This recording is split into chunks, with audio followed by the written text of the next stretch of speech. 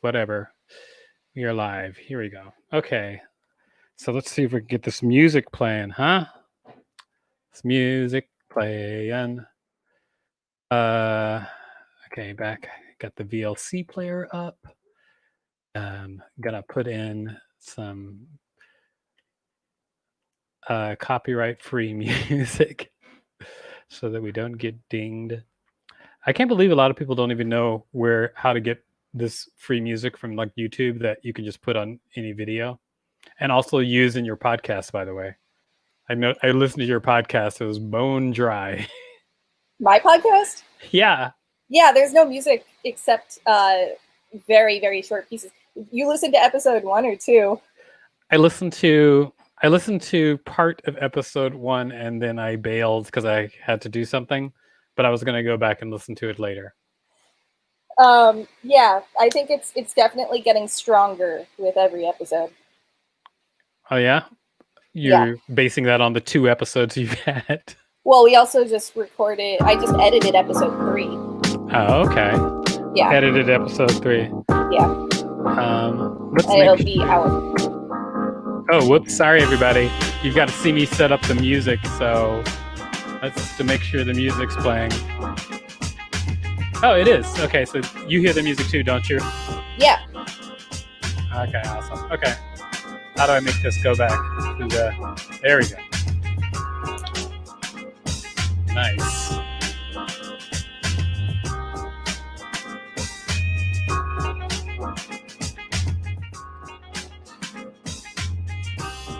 All right. So if you guys are listening out there, we're going to start in just a second. If you've got any questions, whatever platform you're watching on, you can throw them in the comments and we will answer your questions. We will answer a couple of questions anyway. And I'm also going to be answering email from people because people send me emails or actually messages on social media. And so we'll be reading and responding to a message on social media. I don't think the show's big enough that I have to protect the person's identity yet, but I'll do that next time. But it's on Instagram, so most people have and he doesn't say anything crazy. So. We have Rachel Teichman, who is one of my assistant producers working with my production company. She's here. She helps produce 2 of my shows, Six Unseemly Questions, which is my podcast, and she also helps produce NYC Talent Show, which is my open stage where anybody can make money by getting on screen and doing something interesting or not interesting. It really doesn't matter. It's real. It is. It's real. It's real. Hey, it's real. We're almost there. Remember, if you want to ask questions of any kind, you can. And I'm also going to be going out to the internet where I have posted a request for questions. So we'll check on any of those questions and see what's up with them. Right on? Right on. I'll have plenty of stupid commentary. Oh, you will? Yeah. I guess that's great. Did you plan to just heckle me? Is that what were you here for? Do you want me to heckle you? No, that's not what I'm asking. I'm just asking what was your plan? Then no, that's not my plan. Okay, well, I was just trying to figure it out. What your whole plan was. I mean, we'll see. I mean, we'll see what happens, right? Yeah. Oh, we have a comment. Hey, Moodit. We have a comment? Yeah. Hello. Hey, Moodit. How's it going? Moodit's watching on YouTube. You can tell you're where like our number 1 fan. What's up, Moodit? That's Moodit, guys. It's pre-show. A little pre-show action from Moodit. Moodit, this is my show. I'll answer questions of any kind. I'm supposed to do it daily, but I haven't been lately because I've been busy. But now I'm back at it, doing my live daily show where people can ask questions of any kind. MC Lot, hey, what's up? What's up? What's up? MC I wish we were just like a straight up MC. That was your thing. All right. Looks like that's all done. Hey, everybody. We're here answering questions of any kind. You know me, Victor Varnado, who is who I am. And then, of course, Rachel, who is my friend and assistant producer. She kicks ass up and down the block for my company. Thanks, Rachel. Anytime. Pineapple, here to serve. Doing great. Hope y'all are doing well. Well, thanks, Moodit. We also hope that we are doing well, but we're doing all right now. We're out here just answering questions of any kind, and it is Friday, July 3rd. So if you have questions of any kind, please ask away, and I will let you know with as much stuff as I can let you know about. Because sometimes, I can't let you know about stuff because it may be happening or going on. So I've got an email from a fan that we're going to look at right now, and then we'll answer the message that is in my Instagram. Here we go. Why don't we do that while people are figuring out what questions they want to ask? Okay, let's just bring this up on screen. Okay, here we are. Hello, Victor. My name is Rob. I reside in Washington State. I'm sure you hear this quite often, so I apologize in advance. But Julie and Donkey Boy is such an important film with extreme beauty, realism, and honesty that most cinema today lacks. Well, he's going in here with a preconceived notion. I like it. All right. And one of the most memorable roles is the one you provide, sir. Called me sir. I like that. You can spit some lyrics. That's raw talent. Anyways, I don't want to take up much of your time. Just wanted to say hello and thank you for contributing a wonderful scene. Maybe in the near future, you could share your experience working with Harmony and being a part of his film. In the meantime, take care. Stay safe. Well, just to inform people what that is like, what he's talking about. He's talking about a Harmony Korine movie called Julie and Donkey Boy, which I am in. And in part of the movie, one of the characters played by Ewan Bremner, he is a social worker, and he works at, I knew the word social worker to wake you up, Rachel. Anyway, I was paying attention. He's a social worker, and he works with a bunch of blind kids. And then I'm one of the blind kids that they work with. And it was a scene where they had entertainment for the blind kids at this like activity center for these blind kids. And the activity that they had was a magician. Now you might say, very strange choice to have a blind children entertained by a magician. Yes, it was. And all the extras who were actual blind kids did not have a problem saying that out loud a lot.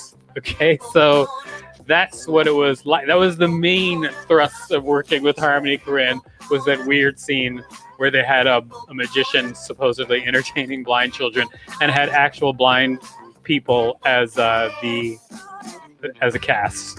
So they complained about that. That's very loaded. What do you mean, loaded for whom? Everyone. This is very loaded. It's just a weird story.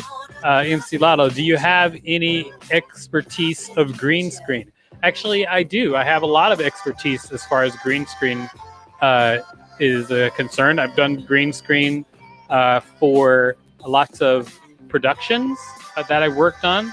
I've even done green screen for other people. I've been hired in the past to do green screen, so I actually have a bit of expertise. I'm not the best. I wouldn't say that I was a compositor. Like if you're like, what do you do for a living? I would not say I'm a compositor. There's people who do that for a living, but I do know enough about green screen to do it pretty well. I'm guessing there was more to what you're saying, Rev, because I could have just said yes. And so, but I wanted you to be filled in on at least how much I know about green screen. Here is a question from Michelle Smalley. Michelle Smalley, a producer I worked with a while back, she did a little doc piece on me for ABC 2020, I think. But she asked, do you prefer being in front or behind the camera? Honestly, I prefer being behind the camera to being in front of the camera. I mean, I really, really, really enjoy being in front of the camera, but I just don't trust what people are going to produce as much as I trust myself. And so that's why I enjoy being behind the camera more than I actually enjoy being in front of the camera. True story. I've created the room. What do I do next? Or what videos should I Google? Well, I'll tell you what you should do is I actually run an online school where I teach people how to do stuff for free in my podcast every week. So we'll do an episode about how to green screen. Just follow the podcast and we'll teach you on there for free. The podcast is called the Arts Academy Podcast. And so if you follow the podcast, you know what? Not this Thursday, but the following Thursday, we could do a show about how to do green screen. We'll just knock it out. We usually spend like half an hour and teach you everything you need to know. And so I will do that. All right. Got another one. Hey, Vic, I have a question. Is your question, do you prefer Vic or Victor? If it is, it's Victor. I prefer that. What's your question? Let's see what the question is. Do you know if any app or program that puts your writing in script format for you? Use a yes, template. There's 1,000. What? I said use a template.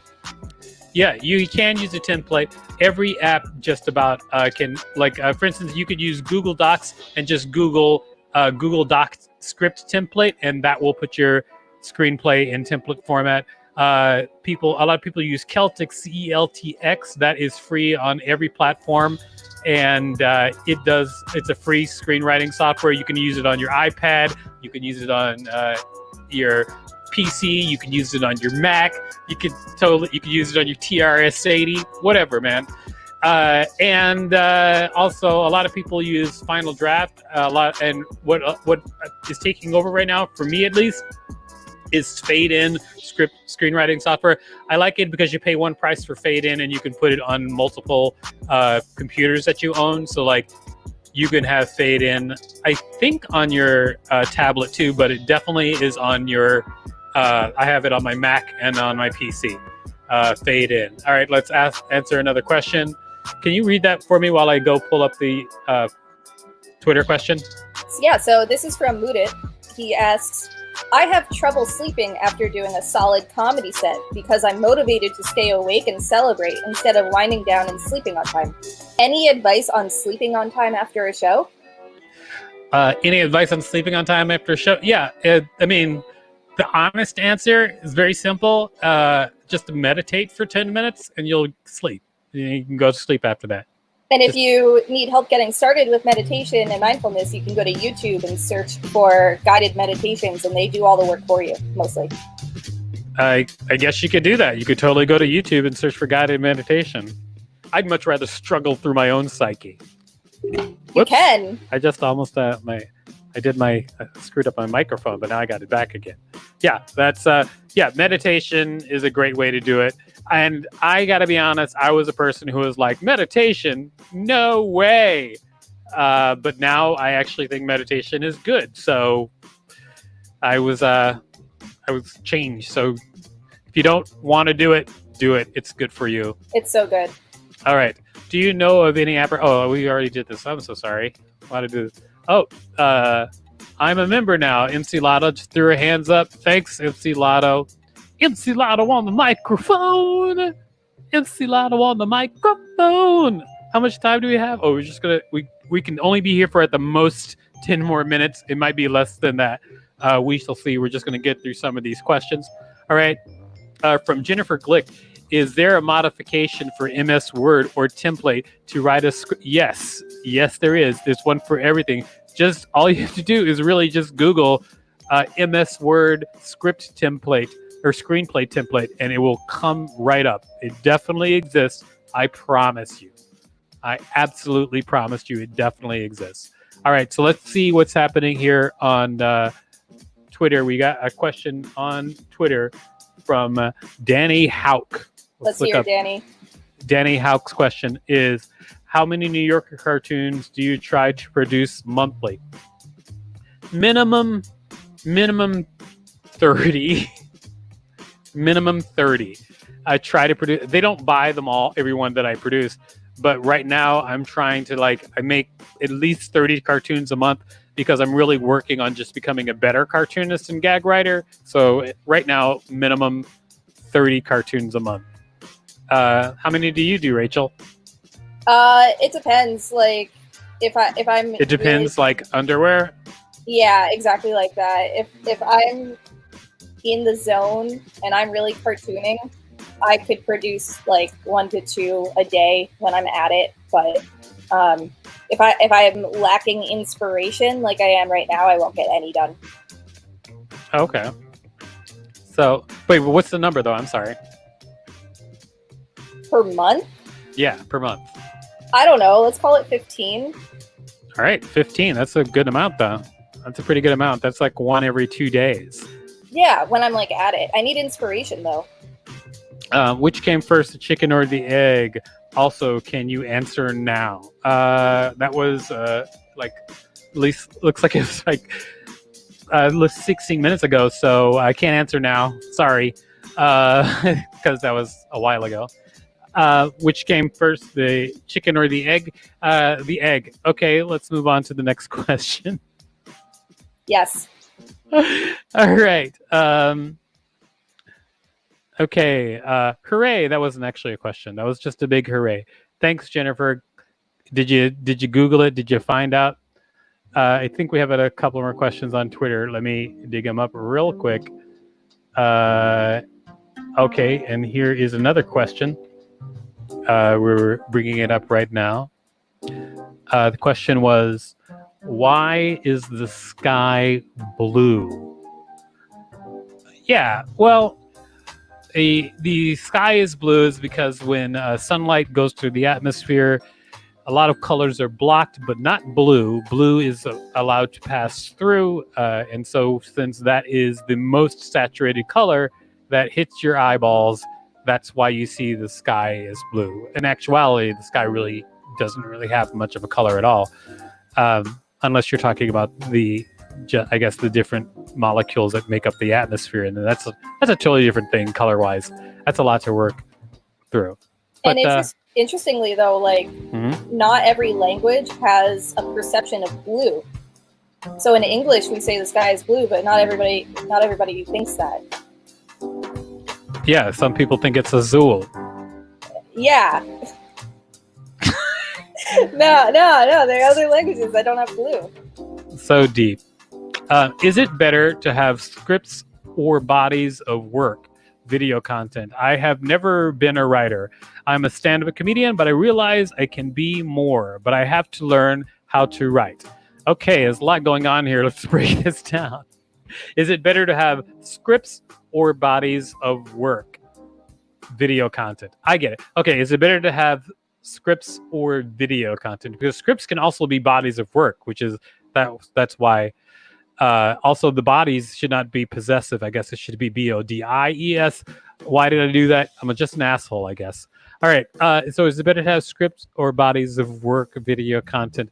I would say overall, pound for pound, it's better to have video, because if you have video content, it's easier for people to digest, and whatever is easiest for people to digest means they have more of a chance of watching it or going through it. So if you send somebody a video link or a script, the chances of them watching a video are way higher. So I guess pound for pound, video is probably better if you're trying to make it. It's probably better to have a video.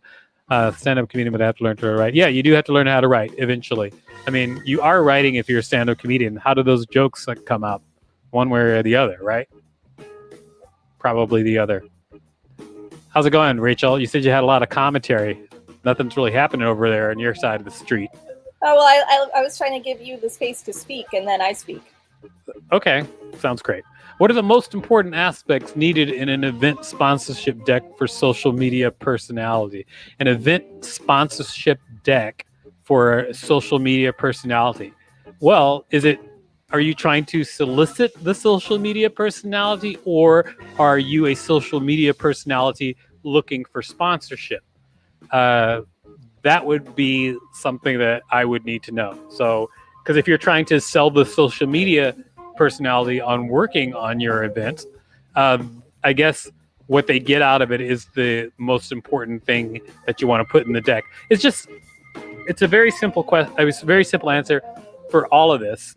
It's really answer the question that you know people are going to ask. So if you're trying to get a sponsor to sponsor your event, then, and you're a social media personality, what they're going to want to know is like followers. They're going to want to know like how much exposure will they get. They're going to want to know what it's going to cost them. Like, just answer those questions that people might have down the line. And who do you send them to? And where do you find those companies to send sponsor deck to? If you're going to try and get a brand, you probably send it to their marketing department.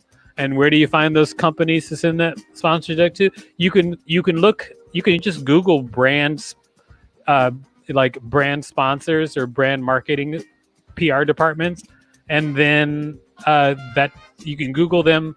Often they list who they have as brands on their actual website, so that you can find out what brands they have that way.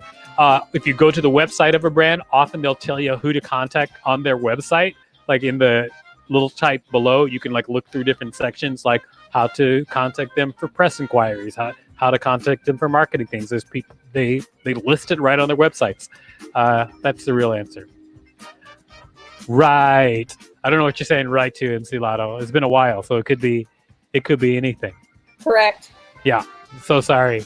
By the way, if you have any questions or comments, you can put them in your comment section. We should see them on the screen. We're going to be wrapping up in just a few minutes. I would say in like the next 3 to 5 minutes, we're going to be wrapping this up because Rachel's got to go, and I got to go as well. It's true. I mean, I have stuff going on. I got a whole life. Yeah, I do too, apparently. Yeah. People wouldn't think it. People don't think I have a life, but surprise. I mean, I get that. Social media personality looking for the sponsorship. Okay, I think I answered that side too. So I think we might have done it. I think we might have done it for people today, huh, Rachel? We answered questions of all kinds, and I think we hooked it up. Well, thanks everybody. What? Do you have any questions? Yeah, of course. I have so many questions. I mean, we live in a world of chaos. Of course, I have questions. What's your question?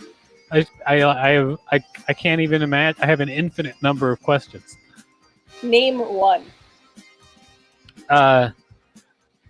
Name one. How can you hone down a phrase?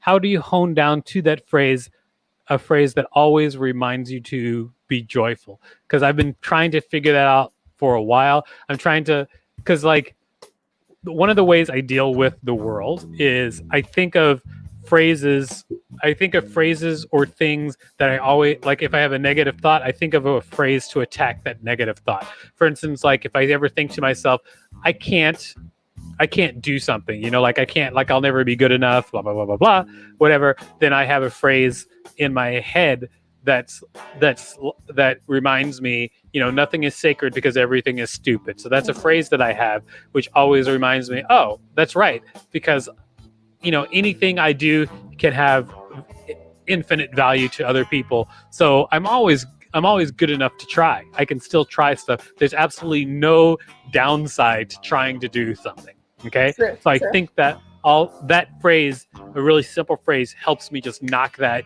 bad thought out. And then I'm often reminding myself, you can often make a choice to just have a good time. And so I'm off, but I haven't gotten the phrase in my head that reminds me that you can always make a choice to have a good time. Even if you're in the middle of the worst stuff, you can suck the most joy out of every moment if you want to. You could. And I try to remind myself of that. But I think it's also valid to like, maybe if you're not having the best time, to just like acknowledge that and then create the joy. Oh, absolutely. I'm not saying that you shouldn't have negative feelings or sadness or I mean, I'm not saying you shouldn't have it all. You could still be angry. You could still be sad. You could still be envious. You could, all of those feelings can happen. That's and totally still have fine. fun and have fun. And still, well, I mean, sometimes you're not going to have fun, but Yeah. you can choose to make the most out of most situations. Sometimes you're going to be distraught and you're not going to have fun, but that's totally okay. But other times you can choose to be happy a lot. That's true. So, do you have an answer for my question?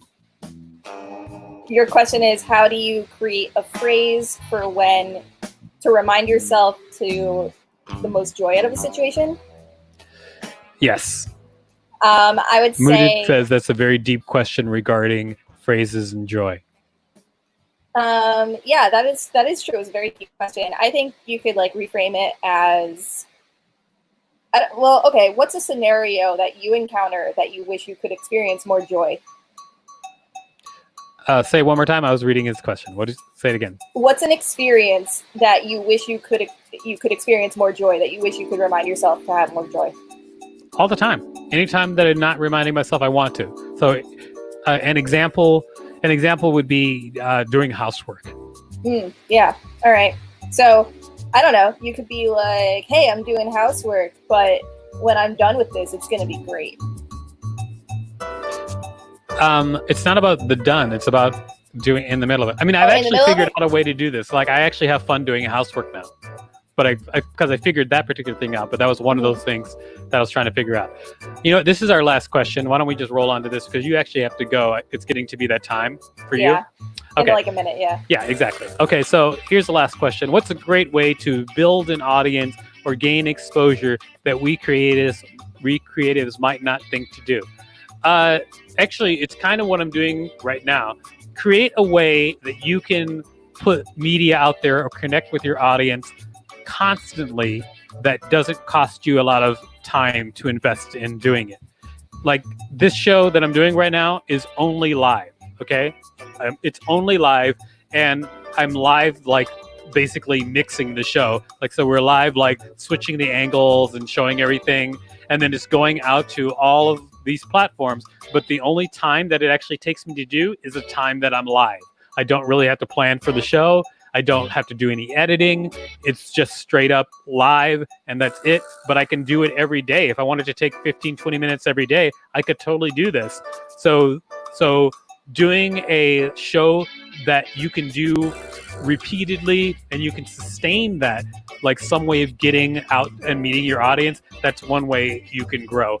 Because this show, even though I haven't done it in a while, has actually grown.